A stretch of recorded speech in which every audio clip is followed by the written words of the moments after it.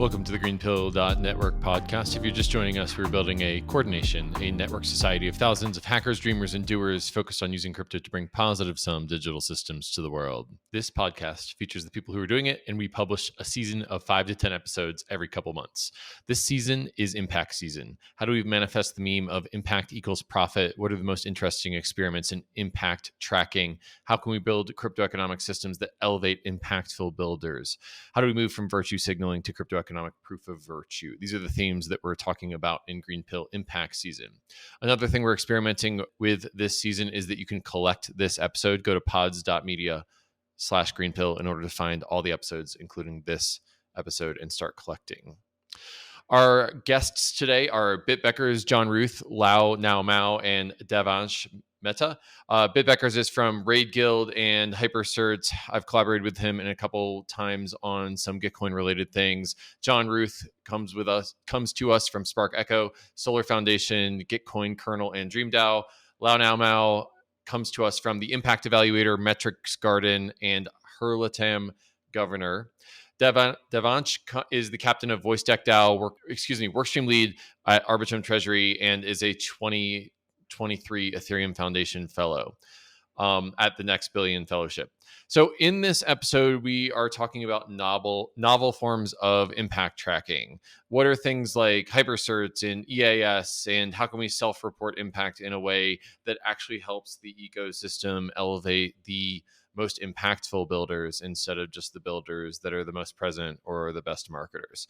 And I wanted to have each of these panelists on the episode because I think they each bring a depth of experience and vision as to how impact attestations and impact tracking could evolve in 2024 in crypto. And I think that when we put a lot of their thoughts out on the table in this episode, we kind of start to play jazz together. We start to compare and contrast different ways that this could break and different ways that, and I mean break as in like evolve together in 2024. So really excited about creating momentum around novel forms of impact attestations and impact tracking in 2024. And I think this group presents a pretty solid aperture over what's going to happen there.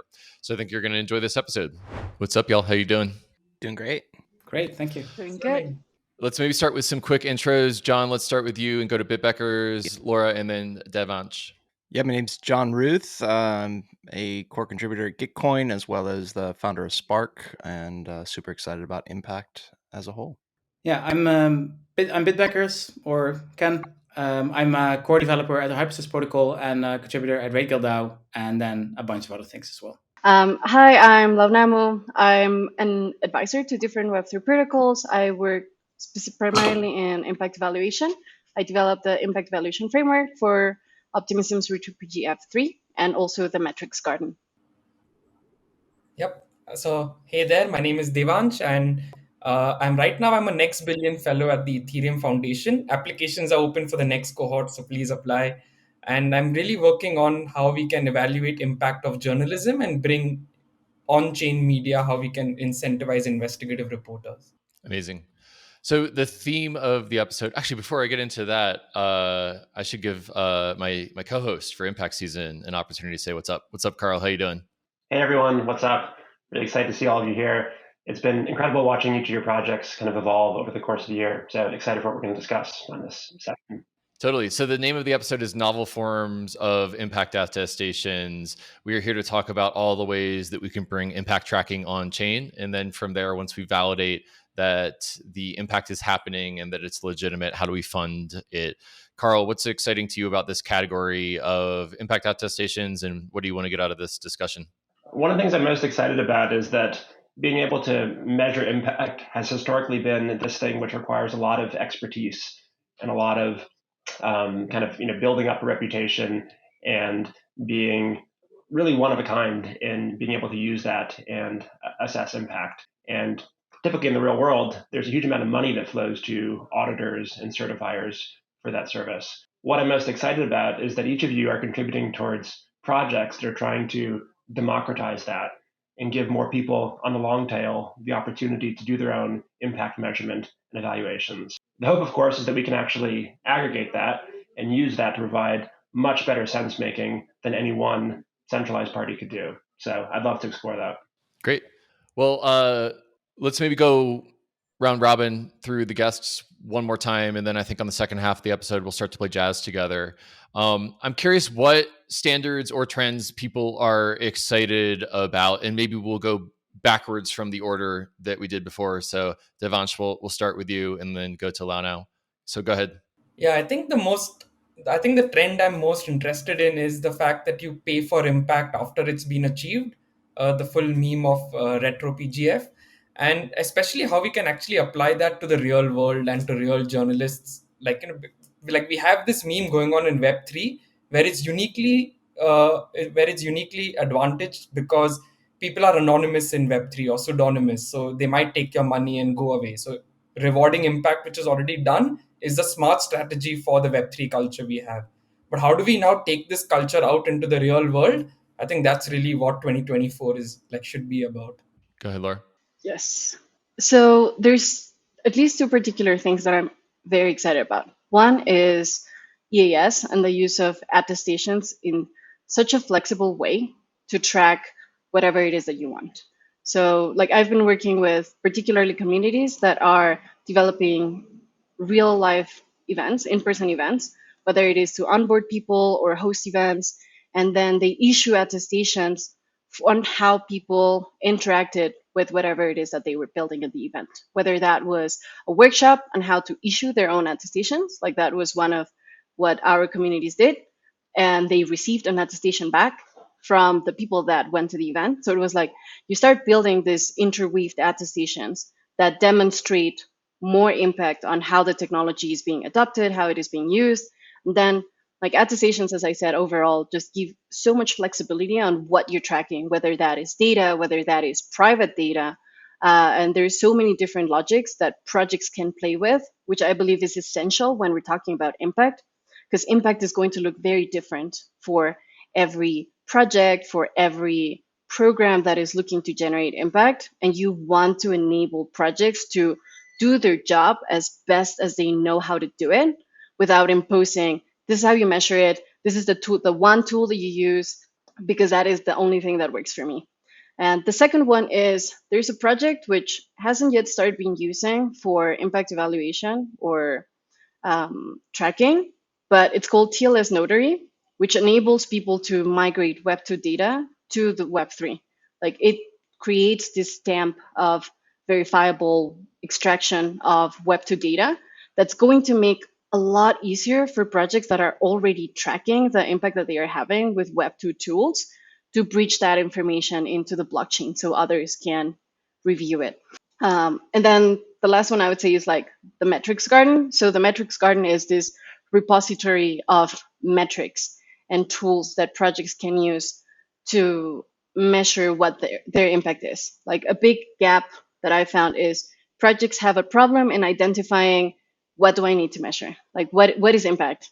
What are the things that I need to be measuring? So as long as we make it easier for them to adopt metrics, that's going to make our request of getting information easier as well. Thanks so much. Bitbeckers, you're up. Yeah, so I think what I'm excited about basically pulls these points all together. I've been working on hypercerts for a year and a half. And at the beginning, it was a very novel idea to start thinking about like a standardized unit to talk about impact, or would it, what, and when. And now, as I go to more events and the people that I talk to, it's becoming more, at least in our bubble, it's becoming more like, oh, we have hypercerts, but then what do we need? And one of these biggest things is attestations, so we can really start leading into these market and funding flows. And for me as a developer, it's really exciting to see that I don't feel like I'm in a rat race against another protocol. It feels like we're all building like one key component in this Lego set that we need to have, and that everybody's aiming to try to build a solution that's flexible for multiple use cases. So I really feel like if in the next year we can start converging all these tech stacks and say like, okay, this is how you can play nicely together, so now other people can start building on top of that. I think that will be the major unlock, because now we've minted tens of thousands of hypercerts, but at the moment they're just a badge. And when we start playing into these mechanics, they really unlock. I think they will unlock really interesting mechanics. John, take us home. Yeah, I think to to kind of thread the needle on several of those points, I've been really excited about in the last year and a half of all the claims of impact tools that we have. So hypercerts obviously leading the way, and Karma has kind of come in recent times as another potential claim of impact. But we really haven't seen any robust tools for review and evaluation of that impact. And as we look at how we turn into this meme of impact equals profit, I think we'll get into that more in the episode, but there really is this three-sided marketplace where you have to have claims of impact, you have to have some sort of evaluation of that impact, and then you're going to have a third side where that market actually comes in and buys that impact. And so what I'm really excited about as we move into 2024 is to start to have that evaluation layer layering on top of all of these claims of impact to give them real value that we can then build a robust market for, both for incentivizing people to create impact, but also to buy impact and to showcase that. So that's, I think, really where I see us heading with all these tools. And I think that interoperability and the fact that we're all sitting on calls together regularly is what's going to help us win and build that much faster because we're all talking to each other. We're not competing. Thanks, John. Carl, next thought or question to you. Yeah, I guess we're all familiar with the XKCD cartoon, which shows there are 14 standards. I'm going to create one that unifies all of them. And now you just have a 15th standard. And I think that what we're attempting here is not to create another monolithic schema or one schema that is able to conquer the world, but really create these modular components. And so I'd kind of be curious to go a little bit deeper into some of the specific use cases that you are looking at, because ideally what you have is a set of building blocks, a set of tools that allow you to create some, define some basic parameters, but then for each of your use cases, you're actually able to go as many levels deep as you need to in order to express what impact is most relevant to that domain. So I know, Devansh, you've been really looking at this a lot recently. Maybe you go first, but I'd love to hear from others. Yeah, so I think like it goes back to how you define public goods. And the definition that I use is quite mathematical, which is a public good is value creation minus value capture. So even if you're a VC funded project, but you're creating more value than you're able to capture, like you're fine, you're still a public good. So kind of how does it play? Like if I look at the nonprofit world, something which is very popular is hiring these consultants who write a report where the main tagline is, for every $1 donated to us, you generate $8 in benefits to society, or you generate $7. So that's like, it's called a benefit cost ratio. So something which I've really been looking at for this meme of impact equal to profit is how we can actually get scalable benefit cost ratios for any project or any product or anything that's built. And then it just becomes a matter of matching them up. That if $1 given to you generates $8 of benefit, let's get to the remaining $7 as well. So that's the approach I'm taking. And the specific tactic we are using right now to take it is training an AI or LLM with a large corpus of these case studies by consultants where they do this analysis. And then we give it a new case study and say, okay, now perform the same analysis again. So that's kind of in a brief what we are working on. Thanks. Anyone else have comments on that? I guess I can jump in here for a minute. Go ahead. Oh, go ahead, Ken. No. John, then Bitbeckers. Go ahead. Slight lag there. I think in terms of, I really been focusing on this in terms of real world impact. And I think this is really the unlock to connecting, real world projects and problems to all the tech that we've been building. And so I started off, my career goes back into solar energy long before I was into crypto and blockchain. And so for me specifically, I've had this lens of like, how do we begin to evaluate the impact of solar energy projects? But that's really expanded into NGOs and nonprofits in general. All of them have one thing in common, and that is that they're trying to make some positive impact in the world. That's why they set up their NGO, their nonprofit. And so for me, it's how do we begin to unlock these tools where they can begin to really make claims and have proof of the impact that they're making in the world in order to begin to shift all the funding that's already going into those places into more of a retroactive funding model where you're actually making impact in the world and then you're monetizing that impact instead of going out and making empty promises to to donors in the hopes that you make impact. And so I think that as we begin to flip that script, there's just all this capital out there that's already giving to things that they don't know the impact of. And so I think if we can begin to use these tools to paint the stories and the pictures of the real world impact that people are having, then we can really unlock and maximize for impact out of those dollars. Is it really my high level thesis, is that we really can better coordinate that capital from the donor all the way down to the impact. And so, yeah, go ahead, Ken. Yeah, well, maybe to follow up on your point, usually the narrative that we're doing right now is focusing on retro-PGF, which I think it makes a ton of sense, because you can at least start thinking about what has somebody done? Can you show me what you've done? I'm expecting you to have some data available, and that solves the whole problem that you need to start trusting somebody about on their pretty blue eyes or something else, and you're like, oh, no, that's why I'm going to give you money. But I think it depends on where you are in your project, how we can make these things play nicely together. Because if let's say you're a project that has delivered something and you have verifiable credential or attestations on chain, then it's probably also more likely that in the next round you can get something without actually having done something. So you can move the data points from retroactive funding into a process for proactive funding. So if all these things start playing together, and for me, that's not like the next step, but a step after the next step, then we can start thinking about, okay, what have you done? And why should we give you more money or money for a new project or incentive? And I think that's something that also should be taken into account. We're also working on reputation systems.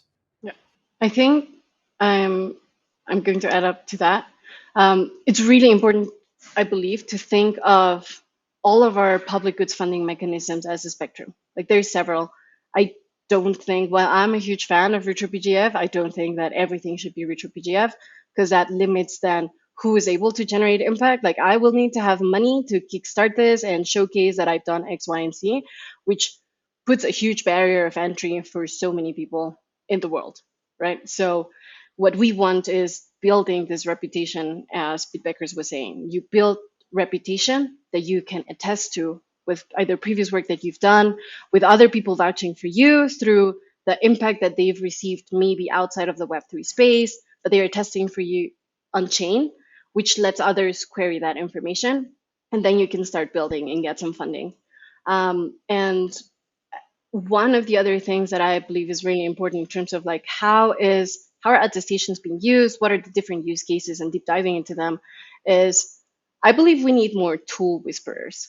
Like these are people who understand what are the existing tools, like what can you do with, say, hypercerts. Like I remember talking with Bitbeckers and like, oh, have you tried doing this thing with hypercerts? Have you tried doing this other thing with hypercerts? And people are just unaware of what these tools are capable of. Like, are they flexible enough for anyone to use them? Like, what are the base use cases for the specific tools? And if it's not either the ones that have built the tools or people that have interacted and looked really, really deep, either in a hackathon or in some other experiment, like, is this a tool that I could use for X, Y, and Z? It's going to be very difficult for projects or communities to identify that this is the tool that I can leverage, because communities and projects usually don't have time for that.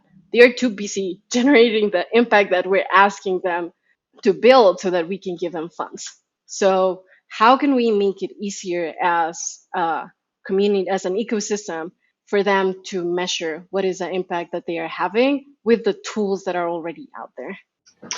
Yeah, I just want to weave a couple of those things together here, because I think there's something really important here about how we're able to help projects bootload a reputation while at the same time not creating huge barriers to getting started or getting going. And I think you're absolutely right, Laura, that like the tools are going to be really critical. The UX of going from an unknown project trying to build reputation to one that is recognized unanimously as a very high impact project is what's going to make it or break it for many of these things. One analogy I'll give is from microfinance, where they looked at back in the day how banks used to evaluate creditworthiness of a loan applicant. And you'd have this lengthy due diligence process where the applicant would have to provide all this information, give evidence of how their business was doing, And at the end of that, all they were getting was a relatively small loan.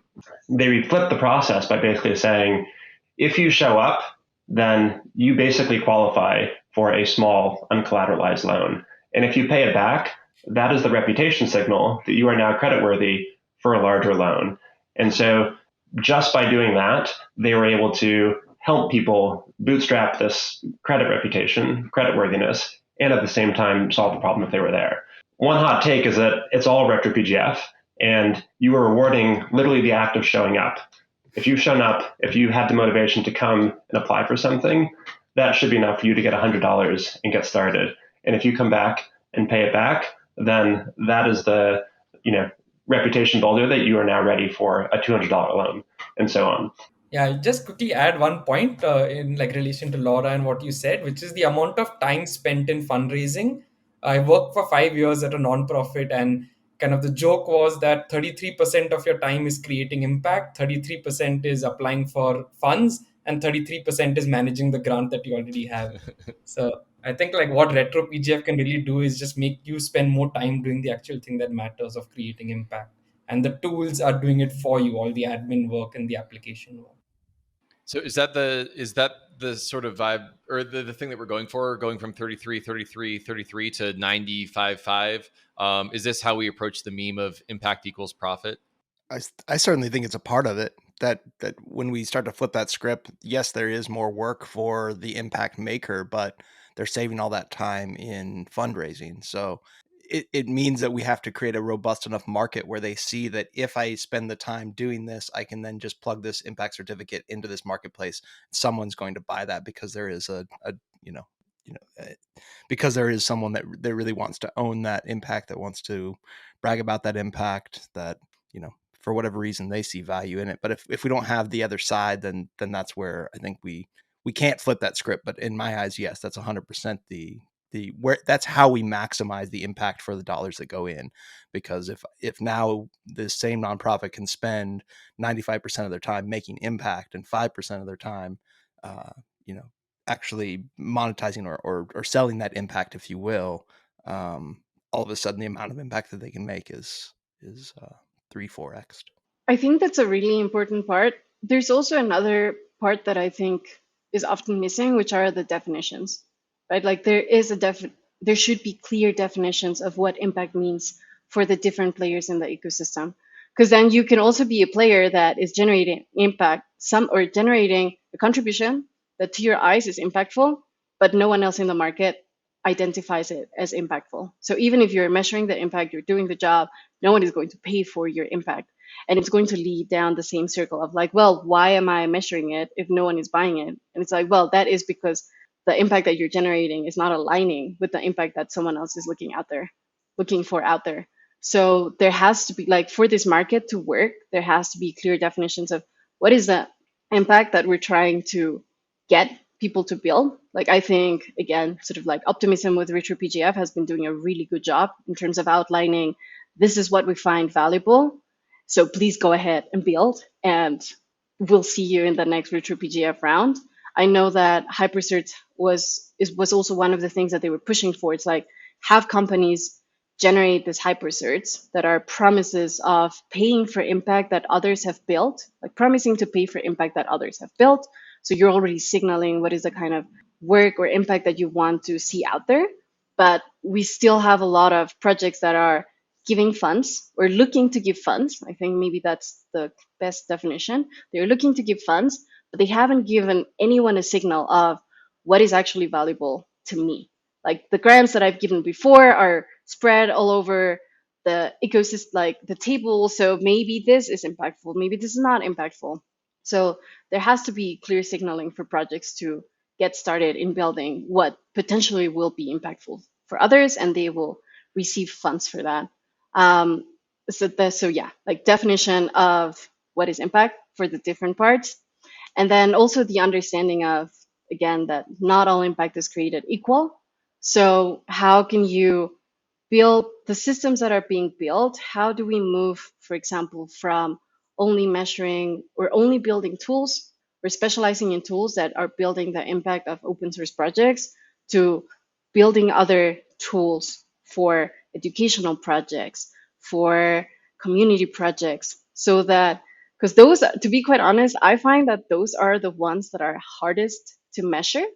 And we will need to do a lot of iterations on, okay, counting the number of people that went to your workshop is not enough, because that doesn't tell me anything about whether they learned something or like they're actually going to stay in the ecosystem.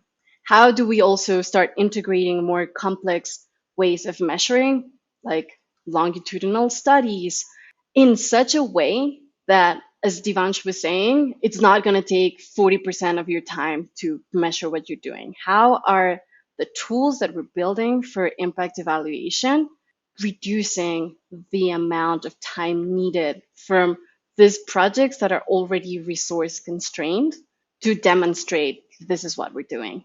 Yeah, I think that's one key constraint there.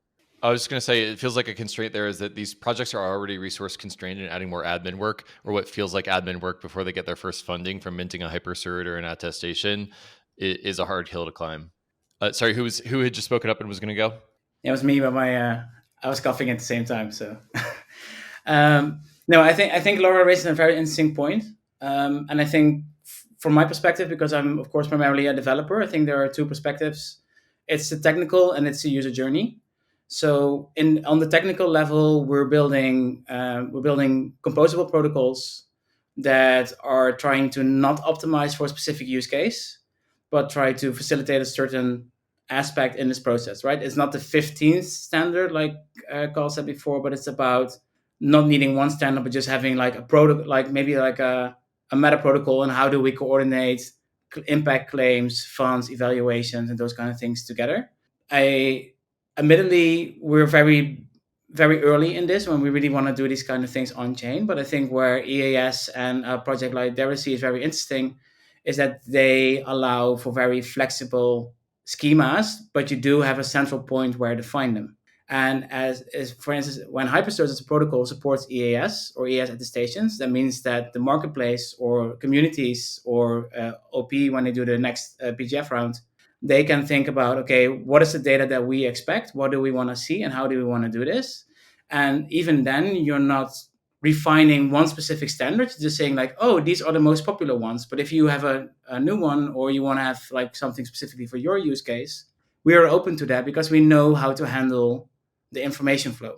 The problem here is that I need to name 5 or 6 different products that people need to grok to get them to the point where they can contribute, where they can join this process and say like, oh, but I do, let's say, the beach clean, the classic one. I do beach cleaning. Where do I need to look? And then they say, okay, get your funds in OP, start minting on hypercert. Here's EAS. Here's a JSON schema. I think you lose people at hypercert, or you lose them in JSON schema, or somewhere in between, but they're already gone.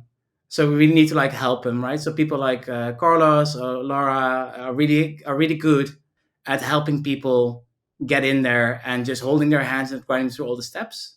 But usually, as a developer, I feel like we're at the point where we have all these protocols, like you used to have for email, that people need to think about their email client on their machine. What's SMTP? What does my email provider support? Where am I? Those kind of things.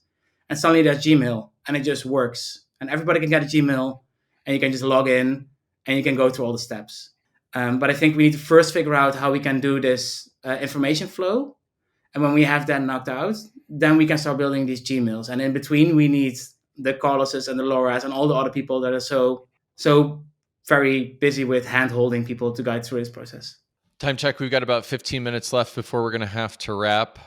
Carl, you want to take the next question? Sure. Just building on what Ken said there, I'd say that if, a year from now, people are still needing to interact with the JSON schema, if that's like something that the end user needs to know, then we failed here. We definitely need to abstract all these things away. Just giving some sense for how these things can stack together. The hypercert represents a way of saying, here's some work that's been done. It's a container for that work. And then you can stack all of these different impact attestations from a variety of different sources on top of that. So it could be a project self-reporting and saying, here are some of the things that I have collected myself about my work and why I think it's impactful. It could be a community that's benefited in some way, looking at that and saying, here's all the different ways, all the subjective ways that we benefit from this. And then it could also be a third party, which is really specialized in looking at these projects and saying, we're going to offer our assessment as well. You stack all of those things on top of the hypercert, and then you now have this amazing ability to actually look at that impact, ideally in the context of other projects that are making other impact claims. Hopefully that is something that then funders can use as a signal for what to buy, what to support, because ultimately they should want to fund the things that are having more impact.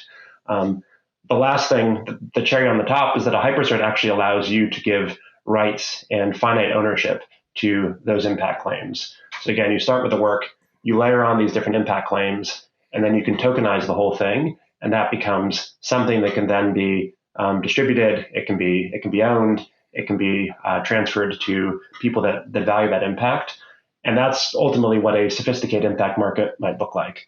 But where we are today, we need to get users to start using these things, stacking them together, and getting less hung up on what the schema is, which IPFS gateway to use, and all these other UX things that we're struggling with currently. I'd kind of be curious to maybe double click a little bit on what you've been doing, John, because you've created a really interesting way of trying to stack these different components together with the work you're doing with Darcy. Yeah, thanks. Yeah, a couple things there. Stepping maybe a little bit back to what you were saying, Ken, is all the tools that I'm trying to build right now, I'm trying to build as general as possible. I think because we really don't know what that end user, how that end user is going to use it, how evaluators are going to use it. So have really strived to make things as general as possible so that they can kind of be used in a lot of different ways. So, and I think that hypercerts has done that well in terms of being this base layer that you can make any types of claims with. I think that's the way that these are going to better interoperate. But with Darcy, we set out to create an open source protocol that allows you to evaluate really anything. But then in this second version that we just recently released, we've really honed in on hypercerts and how can we allow people to evaluate mostly the qualitative impact of a project. I think we're starting to see some tools for more of the quantitative impact, and I'm excited about some of that coming out as well. But I think what you pointed at, Laura, in terms of like evaluating communities, education, some of these, I'll call them softer sort of tech or softer projects, but not in a bad way, but just they're not code, so you can't just go to a GitHub repository and determine how active are things or how much is something being used. And so maybe stepping back to try and dig in there, that with our products, we see this as a way to begin to prove the claim that is made by hypercert. So hypercert says we went and we cleaned up a beach and we collected 10,000 pieces of trash. How can we allow then individual users or individual contributors to then make that claim that, yes, I was there, I picked up 100 pieces of trash. And so we've created this layer that allows you to create forms for an individual to fill out that are general in the sense that they can be any questions that you would want to ask that person on the beach that just cleaned up the trash. Maybe their name, how many pieces of trash they picked up, etc. Maybe they took some pictures, so it allows you to put an attachment there too. Then what we did is to bring all that onto EAS. So I know we've mentioned EAS a few times, but we really saw that what we needed to be able to do is make attestations of that evaluation, that's really the core building block that's going to start to connect evaluations of these claims together. And then maybe one last piece, and then I'll pause there. But we're also building a product called Impact Scribe, which is sort of a container that allows you to hold claims and proofs of impact. So the idea is it allows you to mint a token-bound account, an NFT with a token-bound account, where you can hold your hypercert and then all of the associated proofs of impact, whether those are quantitative or qualitative, as NFTs within that kind of container or folder, if you will, in that wallet. And so by pulling the claims and proof of impact into one main certificate, we think that this is going to unlock the ability to then trade these sets of proof and claim of impact, because I think we have to connect those two together into one central object that then can be traded on a marketplace. And so that's where we then hope to head from there, is to build a marketplace for these impact certificates. And I think one really nice part that is also being enabled by the DC protocol is that you want to start having people find value in evaluating other people's impact. and attesting to whether that is accurate or not, and like build a reputation on top of that, because then that's how you get more people involved in verifying, okay, did this impact actually take place? Is there value in that I put time into verifying that this event happened, that this number of people attended, that this group should be getting funded versus this other group whom I like, they didn't do what they said that they would do. I think similar to what we were saying in that projects need to find value in generating the information, whether that's like data in the sense of numbers or qualitative data that spans not just in one snapshot of time, but throughout time. Projects need to find value in generating this information for others to consume. But then you also need people to find value in evaluating whether that impact was created, generated or not, so that the system becomes more robust. So we're not only relying on what the project said that they did, but what other people are attesting to.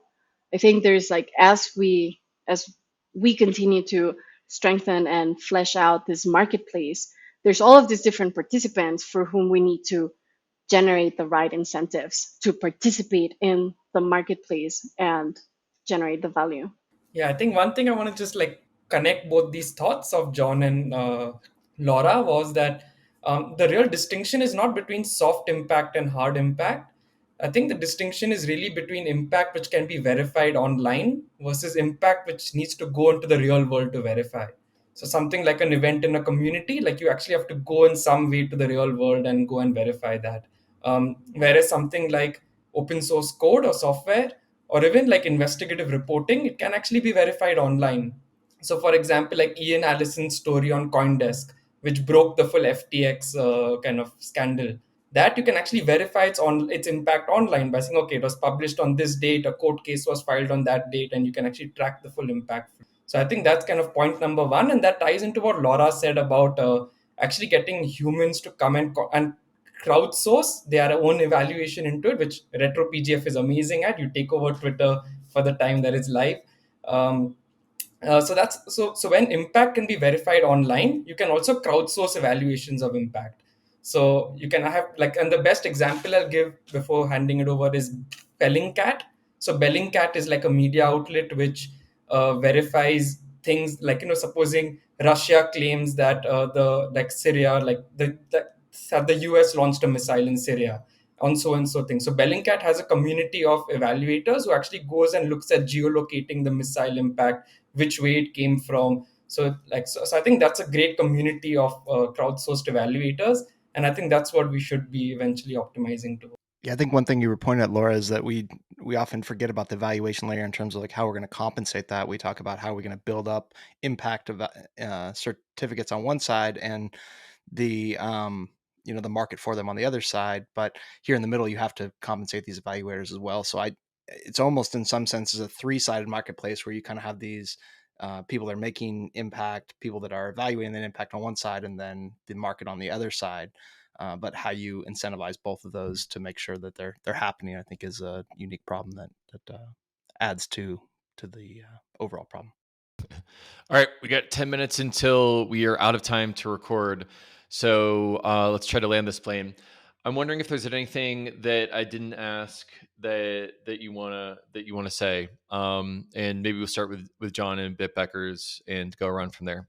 So John, not to put you on the spot, anything we didn't ask you want to say? You may be on mute. I can't hear you. I'm not sure if it's me. There we go.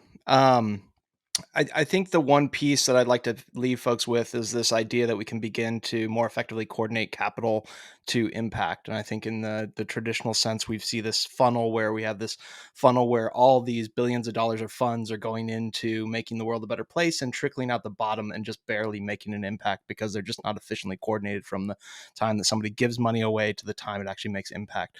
So if we begin to flip this funnel over, I think that there's this potential where we can build all of these Legos that we're each building and coordinate them together and stack them together, all these money Legos, to where we have this funnel that's upside down. You put the money in the small side, and then it actually coordinates itself out to the other side, bringing back this analogy of nonprofits out here actually spending 80-90% of their time making impact and 10% of their time fundraising instead of the way that it currently is.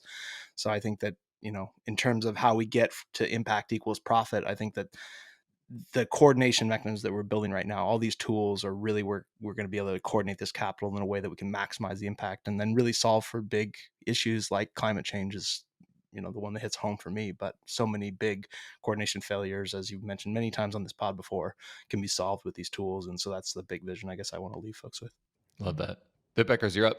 I think I'm in a similar spirit as John.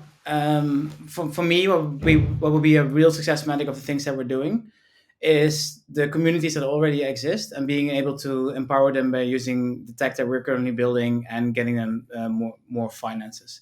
So, for instance, of funds. So, Bellingcat is a very interesting example because they do a lot of, let's say, very interesting community journalism and very strong edge cases. But we also have like massive volunteer networks all over the world that are doing so many interesting things for so many communities. But at this moment, I wouldn't ask them to get a wallet and get started because it's really difficult to get them there. But when it becomes almost second nature, I will be very satisfied if I can walk around where I live right now and just go like, hey, have you thought about all the work that you're doing and how I can help you get more funding? And then that to John's point, it's almost natural that you just start registering and then suddenly things just figure themselves out for you. They're amazing. Thanks, Bitbeckers. Lau Namu, you want to go next? Yes. I would say that while modularity is super important, I would exhort all of the people building these different tools to think of specific use cases so that people on the ground can identify this is what I can use. And then also identifying who are the projects that are already cheering on my technology. How can I best support them so that they become my spokespeople, so that they get others in their same trenches to adopt what I'm already using? How can I also get in touch with them to learn how can I make my product better so that more people start adopting it? Again, sort of like going back to this point of we need tool whisperers that can get the message out there that the technology already exists. And if they've already gone over all of the different hurdles to use the technology, how can I empower them to talk to others in the language that they need to be addressed so that they can start using these tools? Devash, go ahead. Yes, I think the one question I want to leave people with is how do we price impact? Even like with the upcoming launch of the hypercerts marketplace, even in retro PGF, we sometimes see the problem of over allocation, that projects get more money than it actually costs to produce that impact. So should impact be priced according to cost price plus X%? Should it be priced according to impact and outcomes on society? I think that's something which as a space we need to define when we talk about impact equal to profit. Are we pricing it for the impact or are we pricing it at cost price? Thanks so much. Carl, I'm curious what's on your mind as we're closing the episode. Yeah, I guess just a few messages that are on my mind and that I'd like to share with listeners. Number one, there's like a mindset that public goods are for nonprofits, and nonprofits are things that don't actually make any money and shouldn't make any money. I think we need to shatter those myths. I think that number one, we need to get the message out there that impact should equal profit. That's what we want to build. We actually want the most talented people in the world working on solving these problems, and they should be rewarded for that. Number two, that public goods, they create this immense value. We can all feel it. We can see it in our communities. We can see it in the things that we interact with. And the only thing that makes them struggle is that they don't have a traditional way of capturing that value. They create immense value, but they don't have a good built-in value capture mechanism. And so therefore, we need to come up with new ways of funding these things. And the more we can do that, the more the quality of living, the quality of all the different things that we interact with is going to improve. To do that, we need to actually be on the front lines. We need to have projects and people that are building with those users in mind and figuring out how do we make this not only 2 or 3 times easier, but 10 times easier. So the first way that you are getting crypto in a new person's hands is because of the impact that they are having, because they are showing up, they're being recognized for some contribution they've made. And that is how they bootstrap themselves, their reputation, and getting engaged in this economy. So I really hope that the big focus for 2024, for the year that we're just starting right now, is getting out there and trying to find as many use cases as possible where people can actually start getting paid for having an impact. And that is the only narrative that they need to care about. Because if you do good work, it's going to get recognized, and you are going to get compensated for that. Owocki, you're muted. Damn, 160 episodes and I'm still talking when I'm muted. I was just saying, it feels like a lot of the things in crypto are reflexive, in which perception of momentum creates actual momentum, and that creates more momentum. And it feels like we're in this place now where we've got all the primitives for impact. We've got impact tracking, which can track the supply side. We've got the demand, which is RPGF and Gitcoin and hypercerts. And now it's about creating the network of reflexive action where people are using them, and that creates more expectation that this is valuable, which means more people use them. And so part of why I wanted to do this episode was to instigate that cycle. And I guess my prompt for 2024 is, if you're listening to this episode, if you're into Greenpill or Regen or whatever the meme is, how do you contribute to pushing that cycle forward and getting it off the ground? So hopefully impact season will be one small push in getting that flywheel going. Well, this has been a fun episode for me. So thanks to everyone for joining. Looking forward to following each of your projects. There'll be links to each of your Twitters in the show notes, and we'll see you all in 2024. Alrighty, you just heard from our guests today. I'm excited about impact attestations and how all of these different projects that are represented at the table can interoperate together once we start using blockchains to track impact. Thank you for listening to the GreenPilled.network podcast. Again, we feature the people who are building a coordination, a network society of thousands of hackers, dreamers, and doers who are focused on using crypto to bring positive sum impact to Bitbeckers, John Ruth, Lau Mao, and Devansh, as well as my co-host Carl, really exemplify this movement in its best form. While you are here, you may as well collect the episode. You can go to pods.media/greenpill and collect the episode. All proceeds will go to public goods. And while you're here, please remember to subscribe, rate, and review the podcast. It really helps build the movement. It really helps others find the Greenpill podcast. All right, peace and love. See you next time.